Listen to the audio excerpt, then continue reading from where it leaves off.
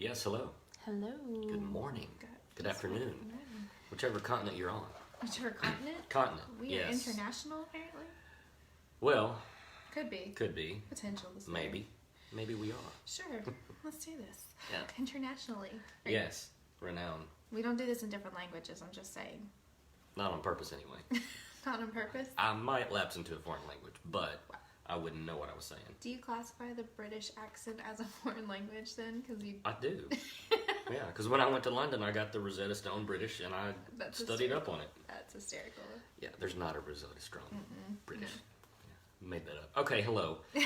Sorry, we rabbit trailed right out of the gate. Right out of the gate. Right out of the gate. Welcome. I'm Brian. I'm Kristen. And we work at Skin Therapeutic. Yes, we and are happy to be here today to talk about a fun topic. Yeah, And we love chemical peels. Yes, we do. It's kind of what we do around here.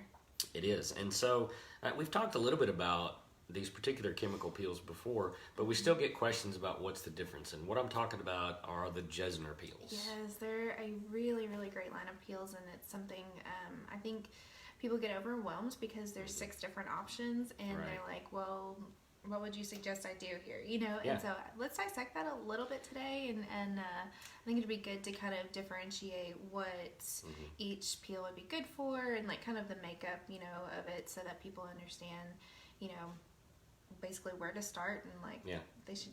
What is a Jessner? What is a Jessner? So we'll talk a little bit about there's some history that we'll give you. There's some science stuff too that who doesn't love science behind it. But it's a highly effective chemical peel. But the solution itself has been in use for over 100 years. Oh, really? Yeah. So the German-American dermatologist Dr. Jessner is the one who Max discovered the Jessner formula. But he was actually going after some hyperkeratotic lesions that were on people's face, or not even their face, their body. And so he started using this formulation and different iterations of it, and it worked really, really well. However, he did find that the strength that he was using was way, way too strong. Way too strong. Way too strong. So I can't remember what was the percentage, like 10 to 50% of the solution. Yeah, 50%, which is a crazy percentage. But he cut that back to the original Jessner formula is 14% of the 3 key ingredients, and we'll talk a little bit in a minute about the 3 key ingredients, but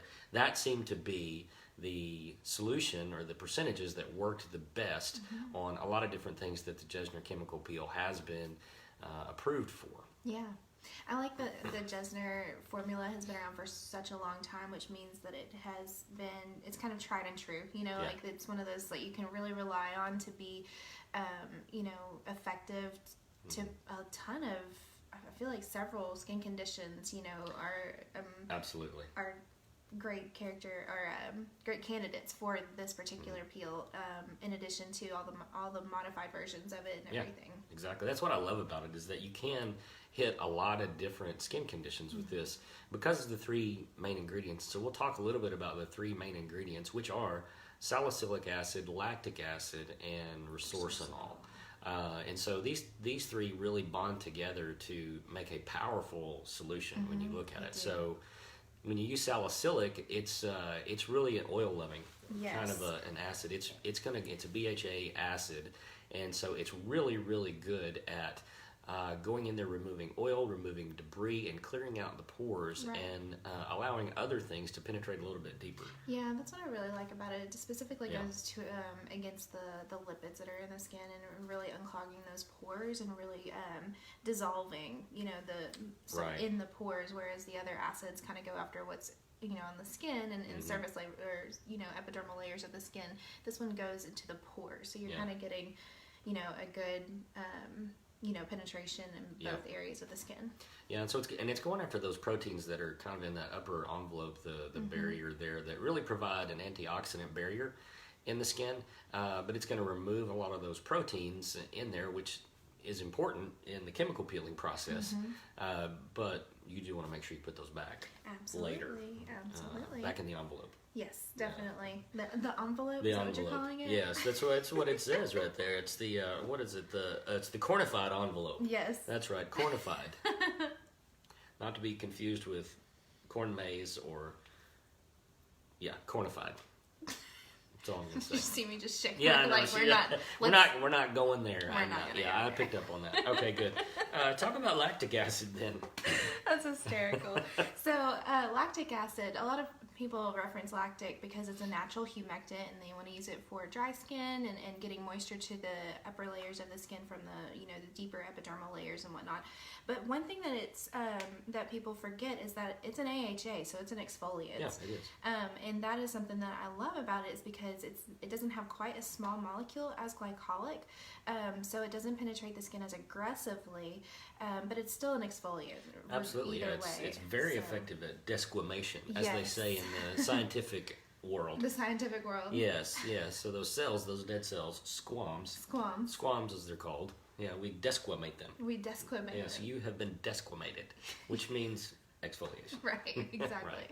So in simple terms. I like that it's paired with salicylic, though, especially in the Jessner's formula, because salicylic is a acid that likes to piggyback on other acids, and lactic is one of those carrier acids that will help it penetrate more aggressively and carry it with it. So it's really, really great. But in this particular formula, the biggest role of lactic is an exfoliant. Yeah. It is, definitely. And so the third key ingredient is resorcinol. Resorcinol, which is it's a synthetic ingredient, but it's chemically structured and put together. It's very similar to phenol. Yeah. So if you're probably familiar with the phenol chemical peel, it's very strong. So this is going to be structured a little bit in the same way, but what resorcinol does is it actually is going to go down to the bottom layer of the epidermis, and it kind of disrupts the weaker hydrogen molecules that hold the keratin together. And so if you know how, which I'm sure you do, how skin cells are produced, then down in the basal layer is where the keratinocytes are produced, and these are the ones that multiply and duplicate. Yes. And so if you can get down there where they are, especially if there are dark spots or dark cells, they will duplicate themselves as well. Right. And so you can disrupt that, hopefully, and then start producing some more healthy cells. But that's what the resorcinol is going to allow it to do. Right, which is the way I was taught was that those mother cells that are down there in that basal layer, they produce daughter cells. And if you've got a mother cell that's hyperpigmented, it's going to produce daughter cells that are also hyperpigmented. And so, like you said, if you could disrupt that and really start to lift and correct that hyperpigmentation, you start duplicating healthier cells along the way. So that's how, honestly, that's how chemical peels work in general. Right. Is you're wanting to get down to the cellular level like that, where you're talking about synthesis and stuff, and all that, versus just like sloughing off dead skin. It's a lot more than that, and it's a lot more effective than that. So. It is, and that's why I like the combination of these three ingredients together in one solution, because you are going to fight the oils, you're going to cleanse the pores, you're going to allow other things to penetrate deeper, you're going to provide really good exfoliation and retain a little bit of moisture, and then also get into that bottom layer of the epidermis where you can really disrupt some things, and that's what happens is because whatever's produced in the basal layer of the epidermis is what's going to move up to the top. Yes. And so if you can get a healthier keratinocyte or in that lower level, then when it comes up, then you're not going to raise up that hyperpigmentation or an unhealthy cell or something like that. So when it sloughs off, then you've got a newer, healthier cell underneath it. And I like that whenever we were doing our research on the Jessner's peels just in general, and we're constantly doing research here. We're constantly trying to expand our education and knowledge when it comes to the stuff that we use in our formulations and whatnot. And one of the great things is that it's something I honestly didn't know, is that the stratum corneum actually holds its weight. It absorbs 3 times its weight in water. Yeah. And that was something I wasn't aware of before. It's just a little tidbit there. And so that's why I was kind of interested as specifically why lactic was in the solution, and that is another reason why it's in there is because of the stratum corneum needing that moisture and stuff like that. So if the you lactic's just went going to help bring that up. salicylic and resorcinol, It'd be so dry. It'd be so dry. It'd be cracking and like. Yeah, you'd be very bad. Yeah, it would crackly. be terrible. Yeah, so I like the balance of Thanos or something. Okay. Yeah. So I like the balance of using a humectant with those other real, drying and super aggressive, ingredients. So. So that being said, too, that makes it also important that we'll talk about post-chemical peel later, but since we're removing all of this stuff, we're taking out moisture and we're producing new cells, a lot of times people forget the importance of returning the moisture back into the skin so that it can produce the healthy skin cells and it can thrive. It's got to have moisture. It's got to have that. But we'll talk about how to do that. Yeah, absolutely. Later in the post care. So let's kind of divulge.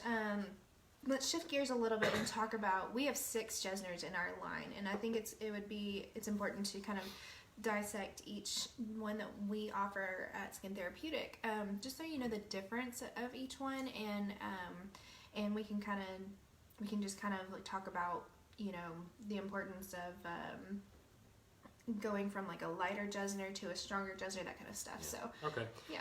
Well, and I like to think of them as family. We call them the Jessner family. The Jessner family around here. And so, since I have too much time on my hands, I've really thought about, well, what if they were a family? What would it look like? So you've got your original Jessner here, which is the 14%.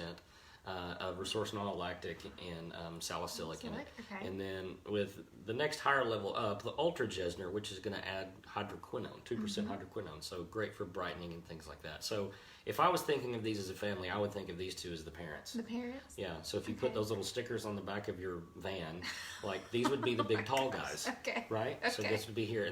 And they think, you know what, we're so good. We should make a baby. Okay. Why don't we create another one? Okay. And so, lo and behold, here comes the light Jessner. The light Jessner. This is the baby. So they just look at it and they go, it has the best qualities of both of us. Look at it, but it's half.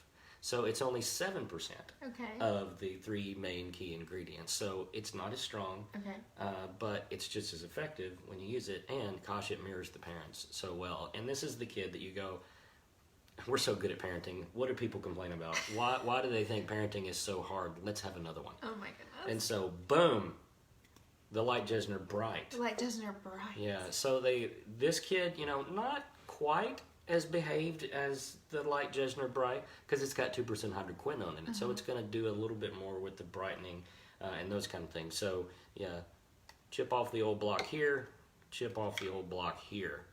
But still, they're feeling pretty confident about their parenting abilities and things like that. And they go, like many people, why don't we have another one? Oh, no. The modified Jessner comes along. This is the kid that you go, if we had had this one first, we wouldn't have had any more.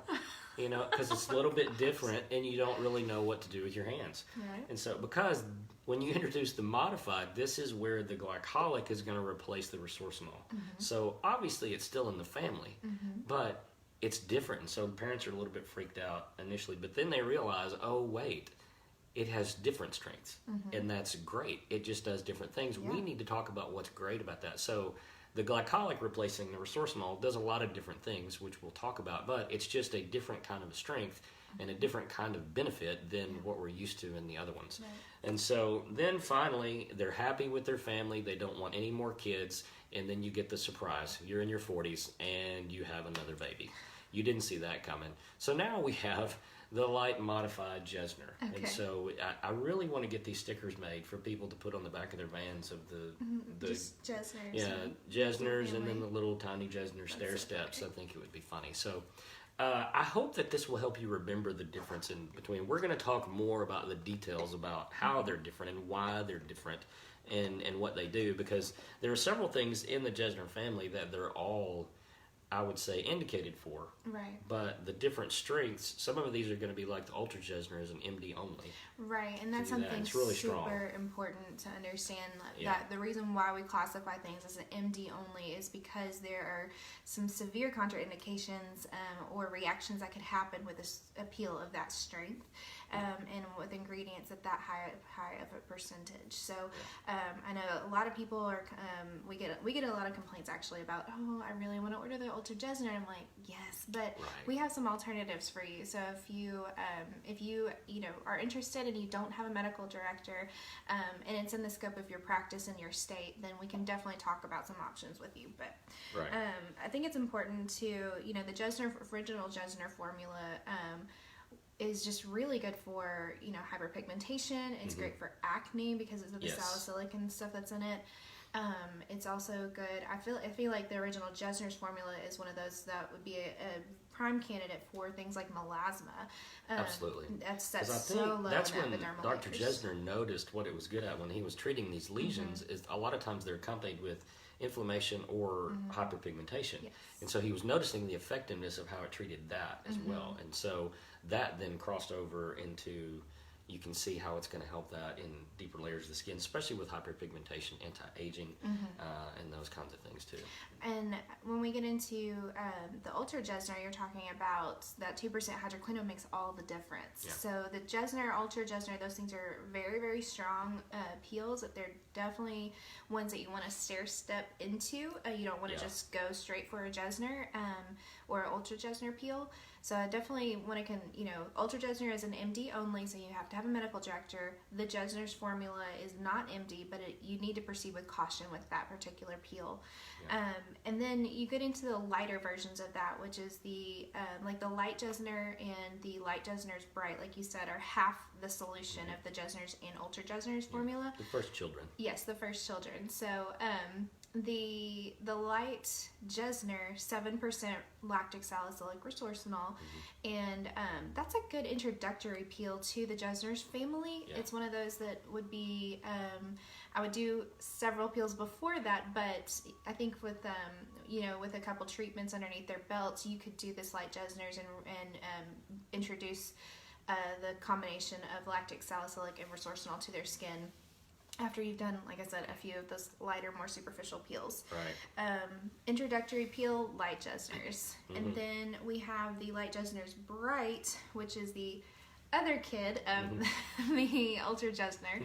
So it's 7% lactic salicylic resorcinol with 2% hydroquinone.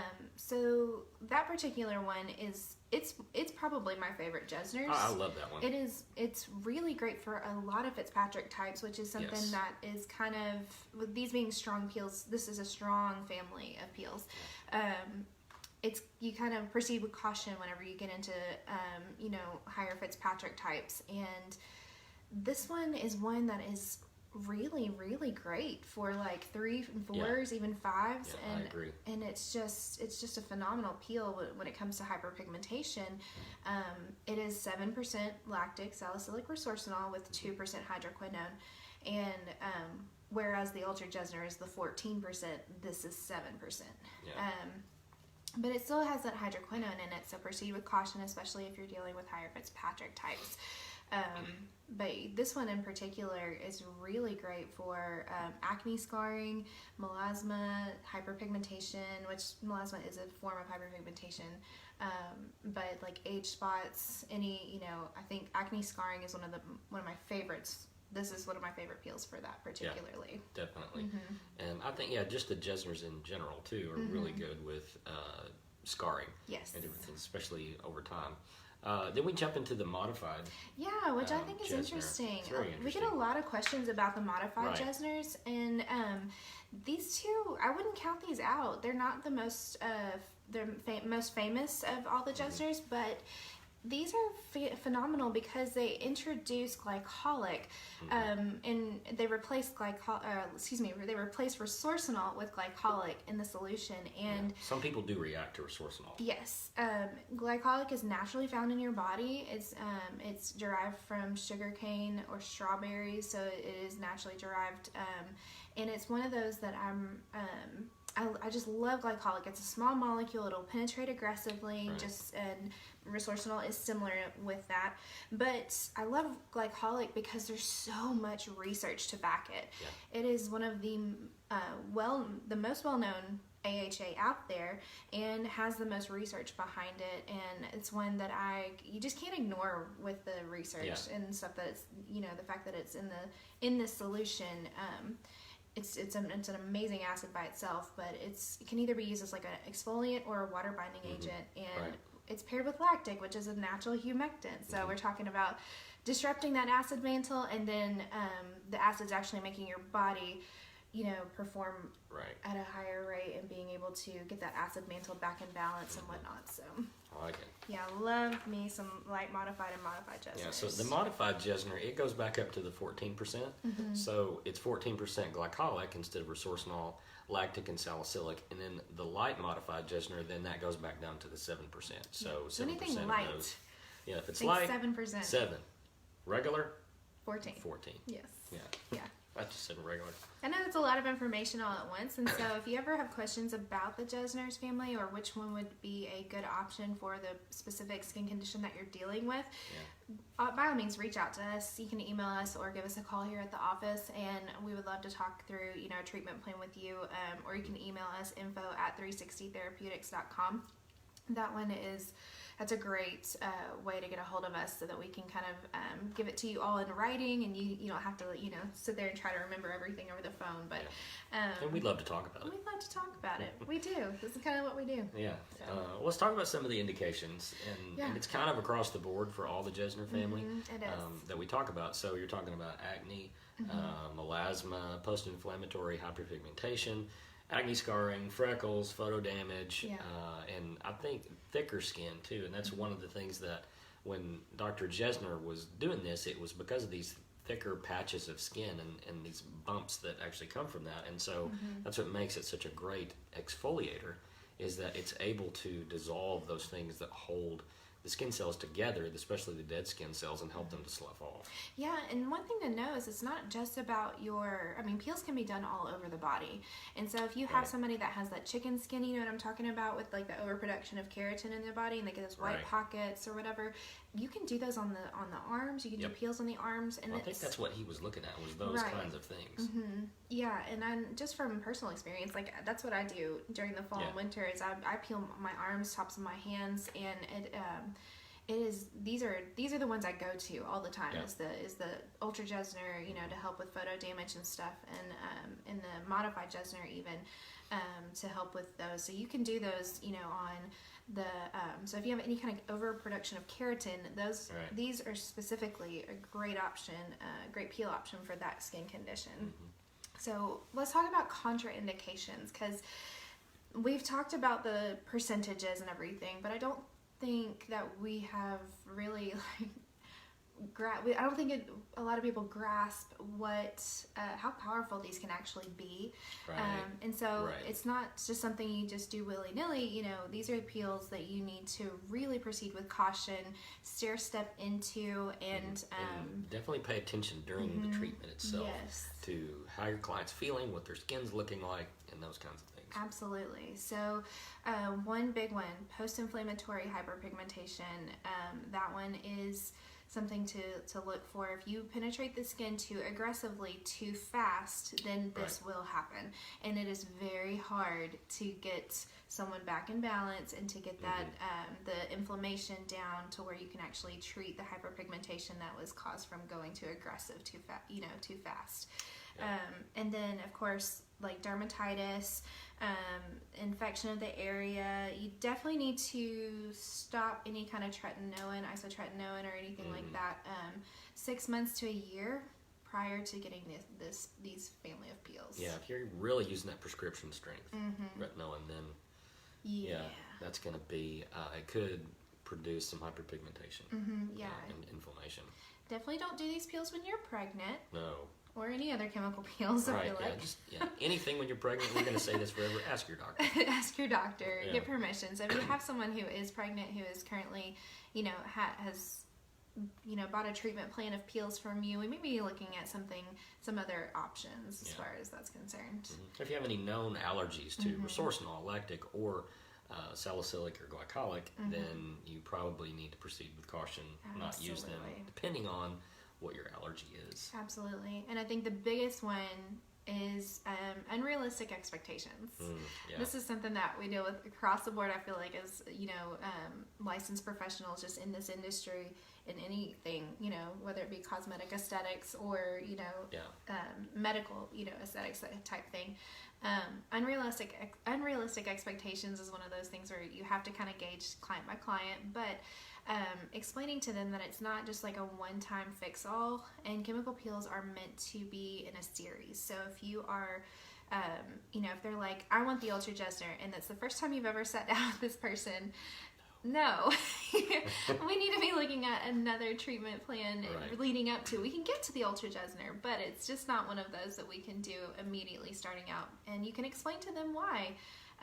You're the expert here. You're the one that's licensed and spent all that time in school, so you can tell them, that this is one of those things I want to avoid because, or at this time at least, because your skin's not ready for it. Yeah, and it's a process. I mean, just like anything process. else. And nobody in our culture likes a process. Right. We want everything now. Instant gratification is like the MO of exactly. Yeah, give me the strongest. Shoot me with the lasers. Whatever it takes. Well, that may not be the best option. Right. Exactly.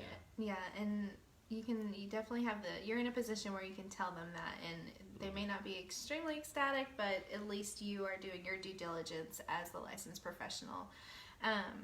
So let's talk about like what does a Jessner's or any of the Jessner's family, what does that look like in the treatment room? Like let's talk about layers and time frame and neutralization and all that. Yeah. So anytime you use a chemical peel, you can do multiple layers, and we set a 10-minute time limit for the entire chemical peel to be applied to the skin. So once you hit 10 minutes, then you just need to stop. Yeah. You can do multiple layers in that time, so we can say 1 to 6. But I would pay very close attention each time you do a layer.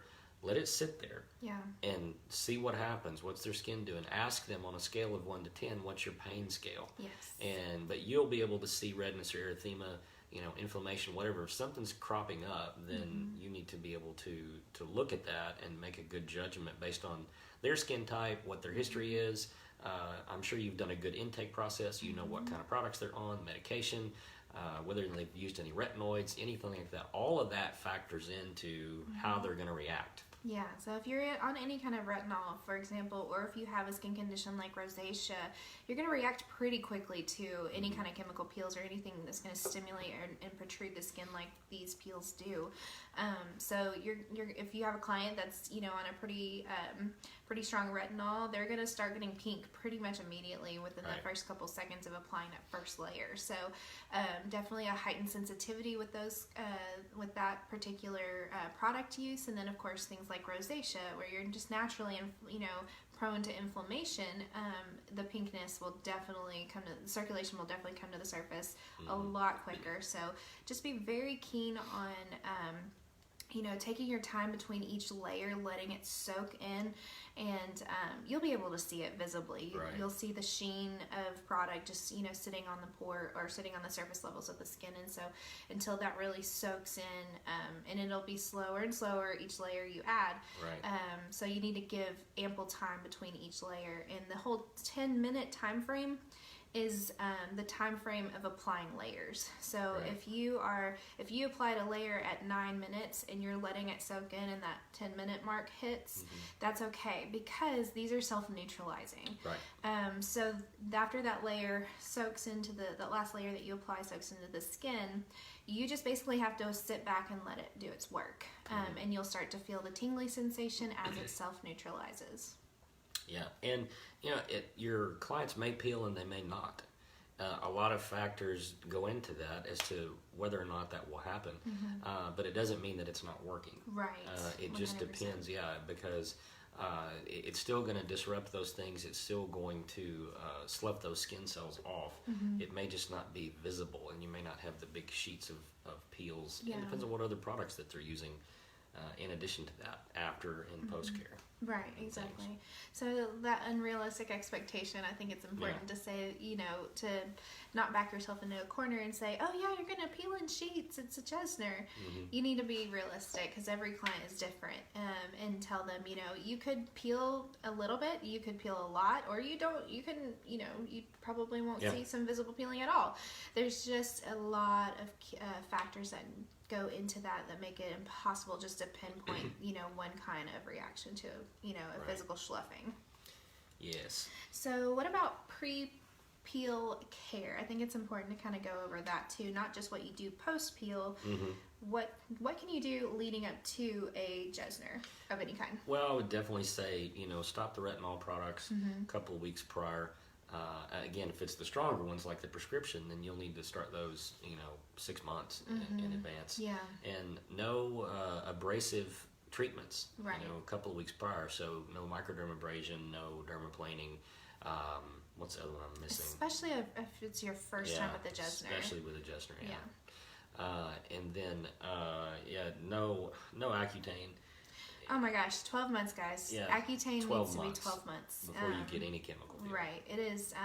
Did a basic facial on a kid. He's 15, and he is currently on Accutane. And he just needed a little bit of exfoliation, just a hydration facial, and I mean, the sensitivity was just so prevalent, so heightened. So I mean, very, very light touch on him, and he was still, turning pink just from, just from any kind of friction on his face. So make sure that you are not doing chemical peels on someone within 12 months of being on Accutane, even if it is the lowest dose of Accutane.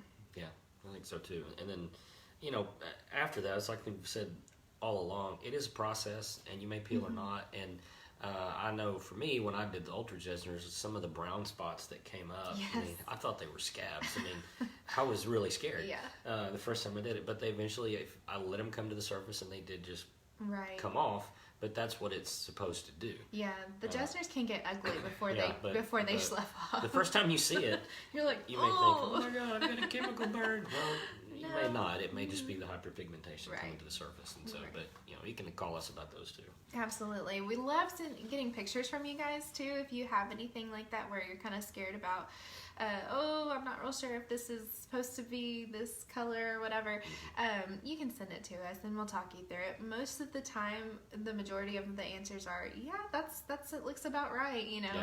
It's just an intense peel. So I think it's important to, at least if you ever have a question or ever have any doubt, then please reach out to us and we will definitely help you, walk you through everything. And if it is something where we did penetrate, in the treatment room too aggressively, we can talk about how to reestablish that moisture barrier and get that acid mantle back in balance. Absolutely. So in the post-peel care realm, and I think the key word there is care, because you do have to do some things to make sure that the skin is going to be healthy and thrive, and that's what we want to make sure that we do. So for those people who do like to peel, to retinol or to not retinol is always the question. Do I do it? Do I not? And so it's going to be, you're going to have to make that decision as a professional as to whether or not you recommend that. Absolutely. Retinoid products will enhance peeling. They just will. And they'll induce peeling too. Yes. So if you've got somebody that, maybe you're more experienced clients or something like that, they've done this before, then that's okay. I will use like our Derma Boost or Brightenol, which has a less irritating form of retinol in it, it definitely induces peeling, but I'm not going to get the irritation that like a pure retinol or a prescription retinol would do. Yeah, so if you have any question about what type of retinol that, what the difference is and stuff, we just did another Facebook Live on that one a couple weeks ago. So and it was fabulous. It was great. It was actually really fun. It was so good. It was a really good one. But you can reference that, take a look at that, and we kind of dissected the different retinol, forms of retinoic acid and stuff. And so, anyway, so you can reference that if you have any questions regarding it. Our particular formulas in the Derma Boost and the Brightenol are a retinol palmitate, which is the gentlest form of retinol. So that's why we love using that one post-peel. We love using that one, especially for hyperpigmented skin, which I feel like that's just kind of like a universal thing that we're all dealing with now with all this, So. It's always hyperpigmentation is the skin condition that we talk most about with our customers. So thanks, climate change. Yes, no kidding. The one that I love to preach till the cows come home is do not pick. Do not pick your skin. Do not pick your skin. Do not pick your skin. And don't let your friends pick your skin. Don't let your friends pick your They'll skin. They'll do it too. I think it's important to let your skin naturally slough off. Obviously, if you go to picking or peeling or, any of that, you're going to just, oh my gosh. Sorry, I get really emotional with this because it just makes me cringe. It creates hyperpigmentation whenever you expose that baby skin to UV rays and free radicals and whatnot. You can create hyperpigmentation. You can make it worse than what it was before. And so if you do actually have some sheets of skin and it's just flapping, you're supposed to clip it. Just trim it away. You're no shaving it away. Clip it with the little, scissors or whatever. But do not pick your skin. It's going to itch. It's going to be irritated, especially during the peeling process. But don't. I always tell people, I'm like, use the pads of your fingers and tap if you absolutely have to touch your face. Yeah, that's best. And we recommend that you don't even wash your face for the first 6 to 8 hours. So if you get a chemical peel in one day, just don't wash your face until the next morning. Right. Because depending on what kind of cleanser you're using, it could really irritate. Absolutely. Because some of them have acids in them. Yeah. And we're going to recommend use a gentle cleanser for the first week or so after the chemical peel anyway, at least for 3 days, 3 to 5 days. Right, exactly. Yeah. I think it's important to let the peel do its work, and then you can go back to your normal regimen after about a week or so, but you need to let it have some of that downtime, which you will have in this with these family of peels. So obviously no physical or chemical exfoliators for the first week at least, and then something that we kind of introduced as a protocol this time last year was the hydration facials. Yes, so, return the moisture. Yes, return the moisture. You've got to get that acid mantle back in balance, and this is a great way for you to do it topically with your clients instead of just relying on their body to reestablish those fundamental processes. So the hydration facial includes a light exfoliation and some real vitamin packed, hydration packed stuff. So our hydrocell turnover booster, our crystal exfoliating scrub, and the VitaFuse lotion. Yes. Phenomenal. Those are phenomenal. Reestablishing hydration, introducing vitamins back to the skin, and then the crystal exfoliating scrub is a very fine grit exfoliator. Really it's very light. And it's aloe based. Yeah. So another, hydration, level of hydration. But it's a light exfoliant, and so you're not going to, really irritate the skin with that one. You're just going to help the desquamation processes and whatnot, and really kind of get that skin back to a healthy glow and get that dead skin off. So we suggest that you introduce that one to your client about 7 to 10 days post peel. Right, depending on which peel they had. Right. Yeah, so your stronger ones, you may want to wait about 10 days, like your older Jessner or something like that. And the Jessner, the lighter ones, you can go, a week, 5 to 7 days. Right. Something like that. But we recommend that you do this as a part of the series. Yes. That this is a part of the regimen that you're going to come back in 7 to 10 days, and you're going to get this super hydrating facial. It does a couple of things. Not only do you get to return moisture to the face, but it can keep them from picking. Yes. Because you're going to be able to lightly and gently exfoliate some of these dead skin cells, and it keeps them from wanting to pick those off. And so it's just a safer, better way, I think, to do it. Yeah, absolutely. And it gets them back in front of you where you can actually see how their skin is doing. Yeah, and so if you have a client that's like, I haven't been picking, and you're like, yes, you have, you can definitely see that on their skin whenever you get them back in your chair or on your table in that 7 to 10 day mark. And I think that's a good time frame too, because it gives the skin enough time to actually start sloughing off, and to really, you get a few days of downtime. You are accountable for some delayed peeling. Like I don't start peeling, especially with powerful peels, until almost 4 days post treatment. Right. So it's enough time for you to be able to give the skin, you're jarring it, and you're kind of giving it enough rest time till they're back in your office, and you can actually see, how it did. Yeah. And sunscreen. Sunscreen. Oh my gosh, sunscreen. Every day. I know it's fall and it's getting into winter and the temperatures are getting colder, but if you're getting a chemical peel, you have got to wear sunscreen. Yes. Oh my gosh. Every day. So important. I would say even during this time of year, because even sun that comes through the window can be very hot, but it can still create hyperpigmentation. So you've got to use sunscreen. And they're saying, they say that if it's cloudy outside, then you get more exposure, to the bad rays. To the bad rays. So anyway, sunscreen, and don't pick. Yeah, and don't pick. Yes. Right. So that's all the information that we're going to talk about the Jessner family. If you have any questions, please call us. We do have a couple of specials this month. We are going to give some love to the light Jessner and the light modified. Yes. Those are going to be 15% off this month. So these are great starter peels for people that you want to introduce to the Jessner. Great holiday chemical peels. Yeah, get ready for the holiday season. Merry Thanksgiving. I mean, it's time. Merry Thanksgiving. Some people already have their trees up, which I completely get it. I really want to put our office tree up now. I am pro Christmas decorations now. That's awesome because it's happening this afternoon. Yeah, it is. That's great. Okay. Awesome. And we also have our mint mask on sale. Another great holiday facial item. So it's 15% off this month. And that one's great for acneic skin, problematic skin. It's got a very refreshing mint, cooling factor, as well as the mint, like a menthol-y kind of scent to it and everything.